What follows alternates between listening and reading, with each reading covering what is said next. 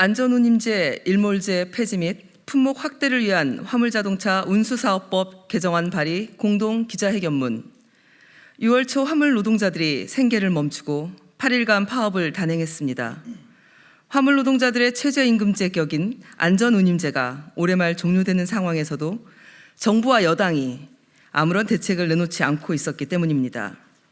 5차례 교섭 끝에 정부로부터 안전운임제 지속 추진과 품목 확대를 위해 노력하겠다는 약속을 받고 파업은 종료됐지만 안전운임제 일몰제 폐지를 명시하지 않아 향후 유사한 문제가 발생할 가능성이 매우 큽니다. 파업 대응 과정에서 윤석열 정부와 여당이 보여준 무책임한 자세는 실망스러웠습니다.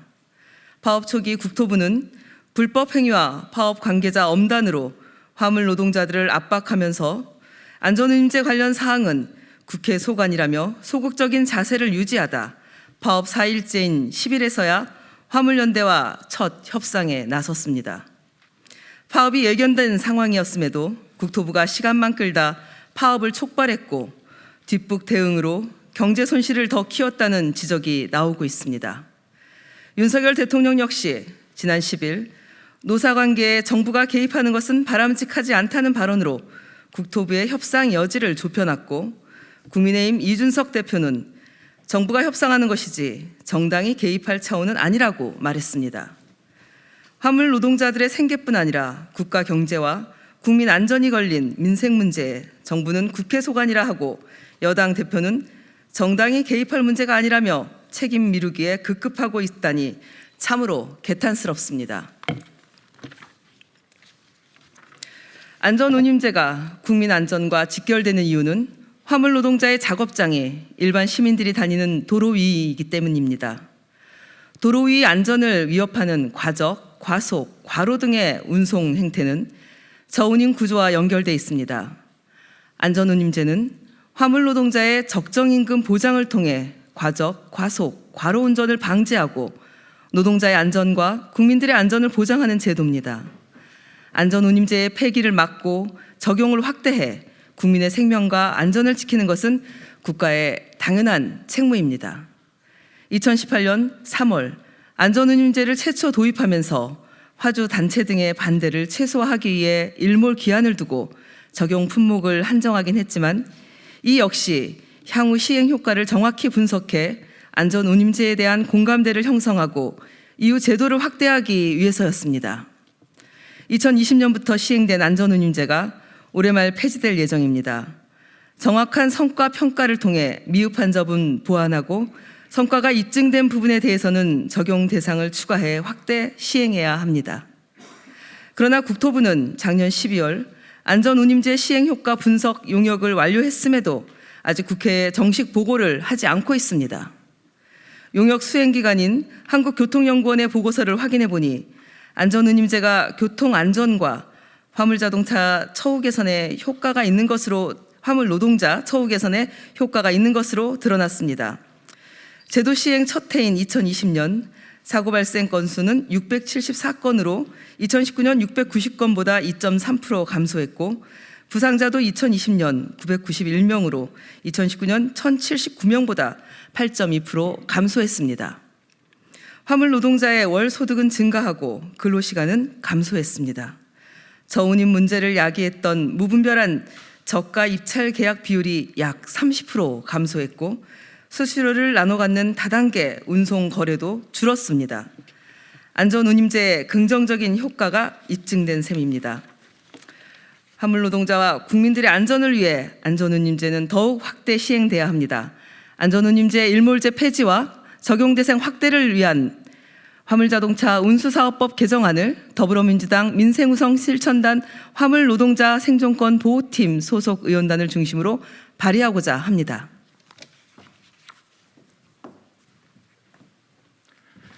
첫째, 현행법 부칙으로 규정되어 있는 일몰 기한을 삭제했습니다. 이번 파업 사태에서 봤듯이 일몰제를 폐지하지 않으면 일몰 기한을 조금 더 연장한다 해도 일몰 기한이 도래할 때마다 사회적 갈등이 생길 수밖에 없습니다. 일몰제를 폐지해 안전운임제가 운송산업 현장에 안정적으로 정착되도록 하겠습니다. 둘째, 안전운임제 적용 대상을 현재 2개 품목에서 7개 품목으로 대폭 확대했습니다. 현재 안전운임제 적용 대상은 특수 자동차로 운송되는 수출입 컨테이너와 시멘트 2개 품목으로 전체 사업용 화물 자동차의 6% 수준에 불과합니다. 개정안은 적용 대상을 특수 자동차뿐만 아니라 일반 화물차까지 포함시키고 2개 품목에서 7개 품목으로 확대하는 내용을 담고 있습니다. 수출입 및 환적 컨테이너, 시멘트 및 시멘트 원료, 철강제, 유해물질, 자동차, 곡물 및 사료, 택배, 지간선차 등입니다. 이 화물들은 중량이 크고 화재 위험성이 높아 교통사고 발생 시 대형 사고로 이어질 가능성이 큰 품목이며 업계 특성상 저운임 구조가 만연해 과속, 과적, 과로 문제가 발생할 우려가 큰 품목입니다. 또 화주들이 대부분 대기업이라 일반 화물들에 비해 안전운임제를 도입하더라도 경영에 미치는 영향이 적을 것으로 판단했습니다. 화물 노동자 생존권 보호팀은 하반기 원구성이 완료되는 즉시 동 개정안을 최우선 과제로 선정하고 법 통과에 최선을 다할 것입니다. 법안의 조속한 통과를 위해 국민의힘과 윤석열 정부도 책임 있는 자세로 적극 나서줄 것을 촉구합니다. 화물 노동자 생존권 보호팀은 화물 노동자들을 대표하고 있는 공공운수노조 화물연대본부와 함께 화물 노동자들의 생존권 보호와 국민안전, 민생 문제 해결을 위해 계속 노력하겠습니다. 국민 여러분의 많은 관심과 성원 부탁드립니다. 감사합니다. 2022년 6월 30일 더불어민주당 민생우선 실천단 화물노동자 생존권 보호팀 민주노총 공공운수노조 화물연대본부 감사합니다. 예, 감사합니다. 다음으로 화물연대본부 이봉주 위원장님의 말씀을 듣겠습니다. 안녕하십니까. 화물연대본부위원장 이봉주입니다. 그동안 화물노동자들은 최저 입찰과 다단계 하청 구조 속에서 원가보다 낮은 운임을 받고 최소한의 운영비를 보충하기 위해 차량 정비조차 제대로 하지 못한 채 도로 위를 달려야 했습니다.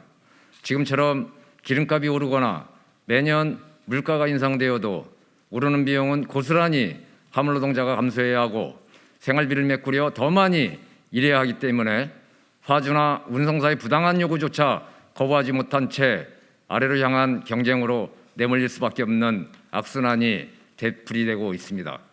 그런 여러 이유로 만들어진 제도가 안전운임 제도이고 시행되는 품목에서는 다단계 하청구조와 최저입찰 시행이 줄어들었고 무엇보다 들쑥날쑥하던 화물노동자의 수입이 안정적으로 변화하면서 시기에 맞는 차량 정비와 장시간 노동으로 인한 위험에서 벗어나 다중이 이용하는 도로의 안전이 확보되고 있습니다.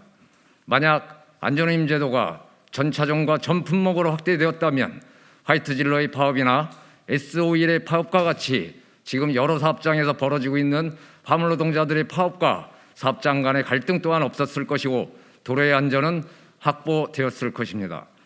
생명과 안전은 그 무엇으로도 바꿀 수 없는 고귀한 가치이고 존엄이기에 화물연대본부는 더불어민주당의 화물안전운임제 확대를 위한 입법 추진과 법안 발의를 환영하며 지지합니다. 특히 이번 법안 발의로 안전운임이 확대되는 품목은 그동안 대기업 화주들의 갑질과 무책임으로서 화물노동자의 안전과 도로의 안전이 위협받았던 품목들이기에 더욱 더 그 의미가 큽니다. 정부 여당 또한 발의된 법안의 조속한 통과를 위하여 협력해 주실 것을 강력히 촉구하며 돈보다 안전이 우선되는 정책으로 또한 대기업과 자본을 위한 법이 아니라 서민과 국민을 위한 정책에 힘써 주시기를 바랍니다. 고맙습니다.